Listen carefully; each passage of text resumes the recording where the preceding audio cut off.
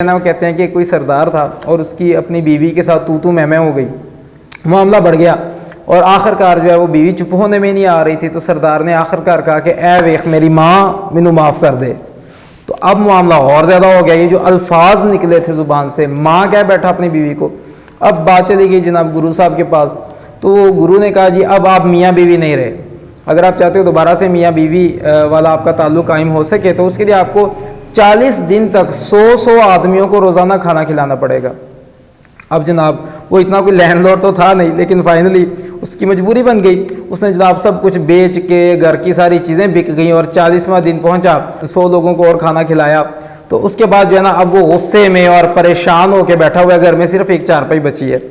اب وہ میاں بیوی ایک دوسرے کو دیکھ رہے ہیں، تو آخر کار جو سردارنی تھی نا، وہ جو اس کی بیوی تھی سردار کی، وہ بولی سردار جی سب کچھ تہاڈی وجہ تو ہے، جی تسی اپنی زبان نو ذرا کنٹرول چ رکھیا ہوندا تے یہ کام نہیں سی ہونا۔ اب وہ بیچارہ چپ ہے، پریشان ہے، اسے سمجھ نہیں آ رہی کہ میں کیا کروں، سب کچھ تو ختم ہو گیا، ایک چارپائی بچی ہے۔ وہ خاموش ہے۔ بیوی پھر سے بولتی ہے، کہتی ہے سردار جی تہانوں میں آکھیا سی نا کہ چپ رہا کرو، تو تہاڈے تو اپنی زبان کنٹرول چ نہیں رہندی۔ اب وہ پھر بیچارہ چپ ہے، کچھ کہہ نہیں رہا۔ فائنلی بیوی ایک بار پھر سے بولی، ہاں ہن بڑے چپ کر کے بیٹھے ہو۔